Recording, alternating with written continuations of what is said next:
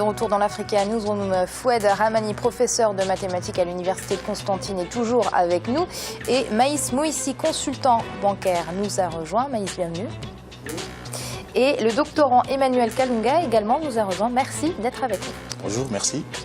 Et tout de suite, c'est le dossier du jour.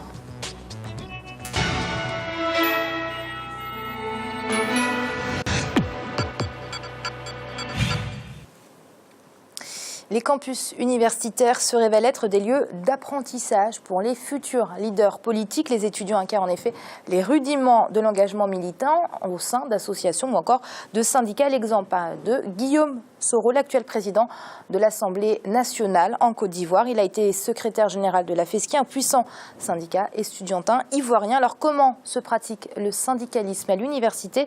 Les étudiants sont-ils manipulés par les partis politiques? Élément de réponse dans ce reportage de nos correspondants en Côte d'Ivoire et au Sénégal, Olivier Conan et El Hadj Ndiaye. L'université est le temple du savoir. L'enseignement universitaire est le viatique pour obtenir une formation avant d'intégrer le marché du travail. Comme dans tous les domaines, les étudiants sont confrontés à de nombreuses difficultés à caractère académique et social. Pour les résoudre, ils forment des syndicats. Peu ou pas formés, ces syndicats adoptent souvent des méthodes radicales d'expression condamnées par les autorités. De nombreux leaders étudiants sont par la suite devenus hommes politiques, à l'exemple du président de l'Assemblée nationale de Côte d'Ivoire, Guillaume Soro, ancien secrétaire général de la FESCI, Fédération estudiantine et scolaire de Côte d'Ivoire. Pourquoi les étudiants sont-ils taxés d'être turbulents? Les syndicats estudiantins font-ils plus de politique plutôt que de revendiquer pour le bien-être des étudiants? Le syndicalisme estudiantin est-il un tremplin pour entrer en politique? Pour les étudiants, militer dans un syndicat est avant tout une question de préservation de la qualité de l'enseignement face aux nombreux problèmes que les autorités n'arrivent pas à résoudre.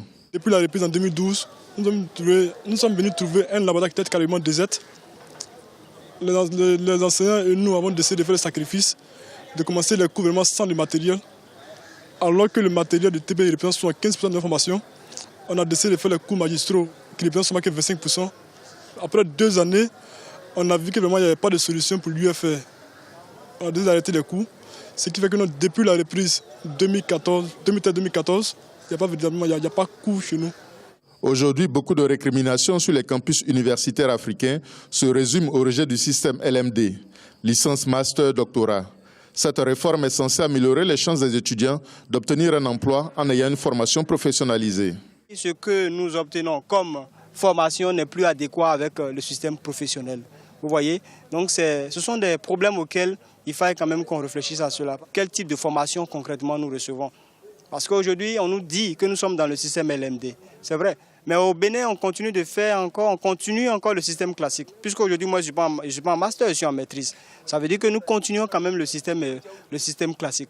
La fonction principale des syndicats estudiantins, c'est donc de lutter pour l'amélioration des conditions d'études. Avec la fougue de la jeunesse qui veut s'exprimer sur tous les problèmes du pays, les étudiants prennent parfois des positions qui sortent du cadre strict de l'université. Au lieu de la liberté d'expression consacrée par les franchises universitaires, les universités donnent lieu aux syndicats de s'exprimer sur des questions politiques. Très souvent, leurs positions rejoignent celles des partis d'opposition. Les gouvernements accusent alors les syndicats estudiantins d'être le prolongement des partis politiques d'opposition. Une accusation rejetée par les étudiants. Au Togo, on a l'habitude de nous taxer d'un parti d'opposition qui s'appelle le CAR, mais je m'inscris en faux en cela. Parce qu'à l'université, nous ne sommes pas venus pour faire de la politique, nous sommes venus pour apprendre. Et s'il y a des filières concernant la politique à l'université, nous sommes censés appliquer cela demain. Mais si les gouvernants sont censés dire que nos problèmes sont légitimes, qu'ils trouvent des solutions, et cela met point à nos revendications. Mais nous, notre engagement, c'est de donner l'amélioration aux conditions de vie et de travail des étudiants. Mais en dehors de l'université, nous pouvons afficher notre conviction politique parce que nous sommes après tout des citoyens. L'activisme syndical des étudiants est souvent traversé par les divisions politiques ou corporatistes, une situation qui réduit la force de leurs revendications et il n'est pas rare de voir des syndicats alignés sur des partis politiques différents. Parfois, la catégorisation est en fonction du domaine d'études. La catégorisation est due au fait que nous subissons une formation professionnalisée, c'est-à-dire qu'au sortir de nos 8 ans à 7 ans, selon la faculté d'où nous sommes, nous avons à être aptes pour le terrain. Voilà. Il n'y a pas lieu encore de passer des tests pour pouvoir commencer à soigner des personnes. Alors que de l'autre côté, il faut juste apprendre à se remplir la tête et après aller faire encore des formations pour ajouter, pour pouvoir devenir apte à présenter telle ou telle fonction. Un reproche récurrent à l'endroit des syndicats étudiants, c'est l'utilisation de la violence comme moyen d'expression. En Côte d'Ivoire, cette réputation poursuit la FECI. Sous le régime de l'ex-président Laurent Gbagbo, elle était accusée d'utiliser la violence pour exprimer ses revendications et instaurer la pensée unique. Quand on fait une analyse des choses, on réalise que ce n'est pas les étudiants qui réalisent ou bien qui taxent cette FECI-là d'organisation violente. Voilà, ce sont des journalistes, ce sont des personnes qui sont loin des milieux universitaires et scolaires. Et donc pour moi, ce sont des éléments qui ne sont pas objectifs. Les syndicats étudiantins d'Afrique de l'Ouest veulent parler d'une seule voix pour mieux faire aboutir leurs revendications. Ils ont créé au mois de mars la CESA, Confédération étudiantine scolaire d'Afrique. Elle regroupe des syndicats étudiantins du Bénin, Burkina Faso, Côte d'Ivoire, Niger et Togo. Cette confédération entend mobiliser les étudiants de tout l'espace ouest africain pour que les autorités universitaires et le gouvernement se penchent sur la résolution de leurs problèmes académiques et sociaux. Pour beaucoup d'observateurs, à l'aune de l'expérience du passé, les leaders étudiantins qui mèneront ce combat feront un jour partie des leaders qui auront à gérer à divers niveaux le destin de leurs pays respectifs. Monsieur Ramani, vous êtes professeur de mathématiques à l'université de Constantine en Algérie. Quel état des lieux des syndicats étudiants algériens pouvez-vous dresser? Mais avant d'arriver à l'état actuel, je voudrais faire un peu d'histoire sur le mouvement estudiantin, le mouvement syndicaliste estudiantin en Algérie, si vous permettez. Bien sûr. En réalité, pendant la colonisation, il y avait une sorte de corporation des étudiants, parce que le nombre d'étudiants algériens était extrêmement faible. Donc cette petite corporation d'étudiants algériens était affiliée à des mouvements estudiantins français. C'était, je pense, à l'époque déjà, il y avait l'UNEF. Et cette première corporation d'étudiants algériens s'est vue contrainte en 1955 de créer le premier mouvement syndicaliste étudiant, qui s'appelait à l'époque l'UGEMA. Et l'UGEMA, tout de suite, a été traversé par des courants politiques liés évidemment et naturellement à la nécessité d'obtenir l'indépendance de l'Algérie. Et tout de suite et très vite, en 1956, ils avaient fait, suite au martyre vécu par l'Algérie, au martyre vécu par les étudiants, qui étaient en nombre extrêmement réduit, elle avait fait un appel aux étudiants de quitter le banc des universités et rejoindre à la fois les rangs de l'armée de libération nationale et du FLN.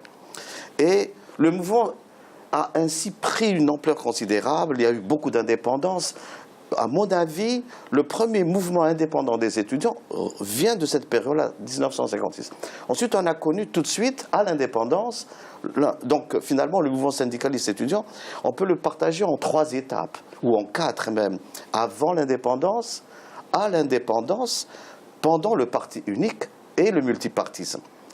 Et par analogie, je suis persuadé que dans les pays africains, les mouvements syndicalistes ont dû passer, ils ont dû être animés par les mêmes ferveurs, parce qu'ils ont dû passer et par la colonisation, par l'indépendance, le parti unique et le multipartisme. Or, quand nous avons eu l'indépendance, le mouvement syndicaliste étudiantin en Algérie en 1902 s'est transformé. L'UGEMA est devenu l'INEA. Et l'inertie gagnée dans le cadre des indépendances avait encore animé l'UNEA, qui est resté très indépendant et a pu s'exprimer pour faire tant d'exigences, pas uniquement matérielles, parce que cela ne suffit pas.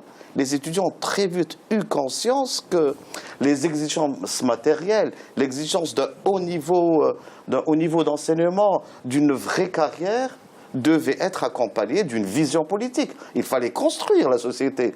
Être étudiant, cela ne veut pas dire bien manger, bien boire et uniquement avoir un diplôme. Il fallait nécessairement s'insérer dans une société. Et donc il y a eu sa partie unique, l'UNEA, qui avait bien travaillé. Et je suis persuadé, moi j'ai lu un peu à un moment le mouvement syndicaliste en Côte d'Ivoire. Pendant le parti unique, j'ai oublié, je suis désolé, mais le mouvement estudiantin de Côte d'Ivoire avait réagi de la même façon. C'était des exigences en plus matérielles, mais des gens politiques. Ensuite, il y a eu le multipartisme. Et le multipartisme, j'ai l'impression qu'il n'a pas fait beaucoup de bien au mouvement syndicaliste estudiantin. Parce que ces multiples partis voulaient avoir une place, avoir un coin dans les universités algériennes. Et alors, j'ai l'impression, et je crois que c'est à peu près vrai, qu'ils ont voulu chacun avoir sa corporation, son petit parti, entre guillemets, son petit mouvement syndicaliste qu'il pouvait agiter pour faire peur à telle ou telle tendance, peut-être gouvernementale ou à l'autre parti. C'est celui qui a peut-être les étudiants les plus nombreux qui peut tirer ses marrons du feu. Et ça, c'est un peu les partis, mais j'ai l'impression aussi, je vous raconte une anecdote. Avant la dernière élection du président Bouteflika, les 10 mouvements syndicalistes, les 10 syndicats étudiants se sont tous réunis. Et puis ils ont dit une chose, nous sommes tous pour Bouteflika. Ça veut dire qu'il n'y a pas véritablement de syndicat indépendant, alors que seul un syndicat indépendant peut aller loin, peut faire qu'une société soit développée. Je crois que c'est ça qui est essentiel. J'ai trop parlé, mais non, du tout. Mais excusez-moi, mais en écoutant mes étudiants africains de Côte d'Ivoire, de Bénin, j'ai eu l'impression d'écouter la même chose, d'entendre mes étudiants en Algérie. Les étudiants algériens ont les mêmes Tout le monde a les mêmes revendications. Les mêmes revendications. Il faut tout simplement qu'ils aient plus d'indépendance pour pouvoir se libérer des partis qui parfois les manipulent. Voilà. Monsieur Kalunga, est-ce que vous partagez l'avis de Monsieur Ramani? Est-ce que c'est vrai qu'on peut dire que les partis politiques tentent de manipuler les étudiants et parfois y arrivent? Je pense aussi que c'est un peu vrai parce que les étudiants font une masse assez nombreuse de la population de tout un chacun de nos pays en Afrique.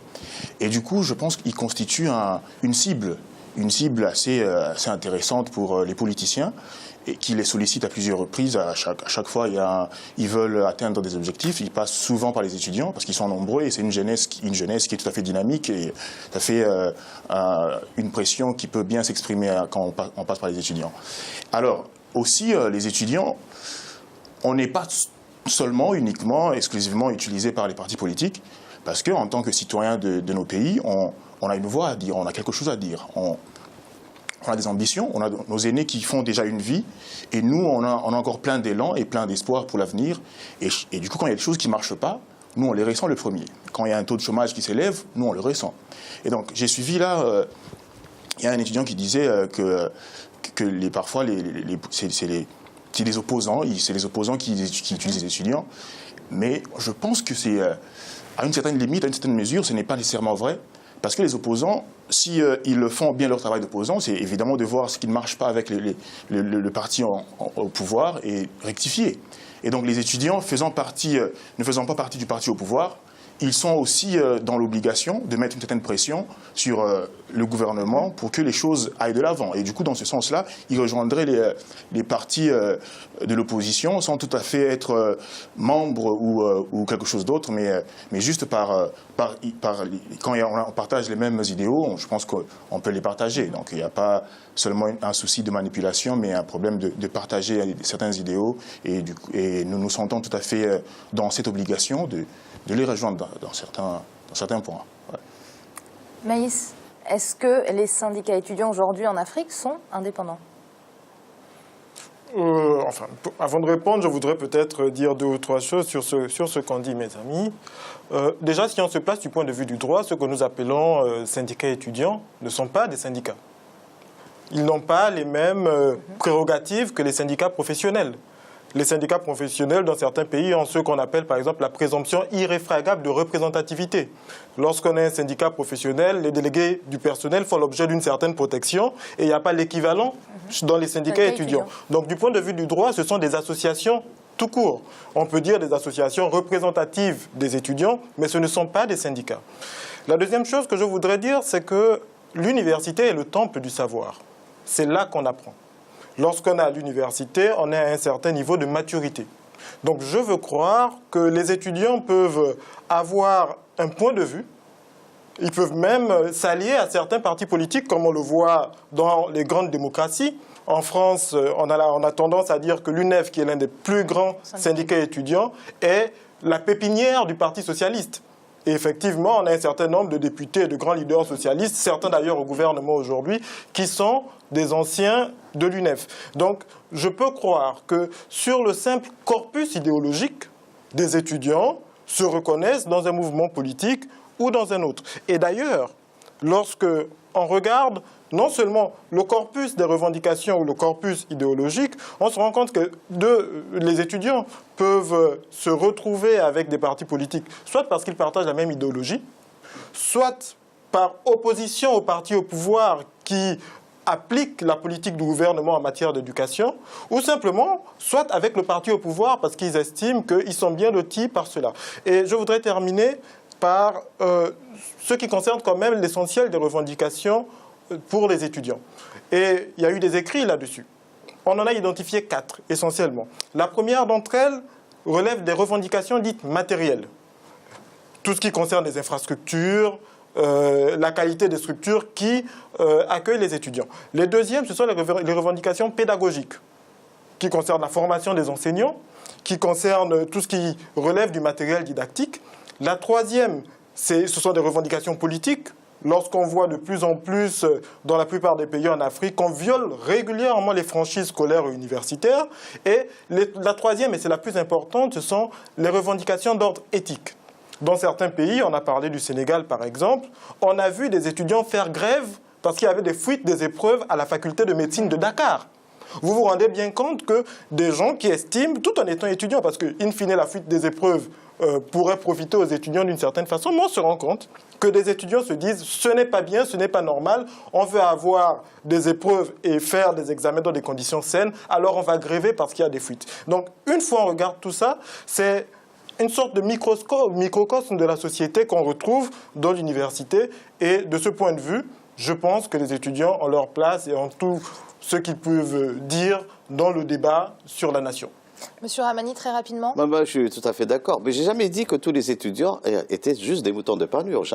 C'est-à-dire les 3 dimensions sont importantes. Et comme il y a grande démocratisation, il y a démocratisation de l'enseignement, cela veut dire que les étudiants se projettent immédiatement dans l'avenir. Et donc c'est une grande masse qui va arriver, elle prépare son avenir.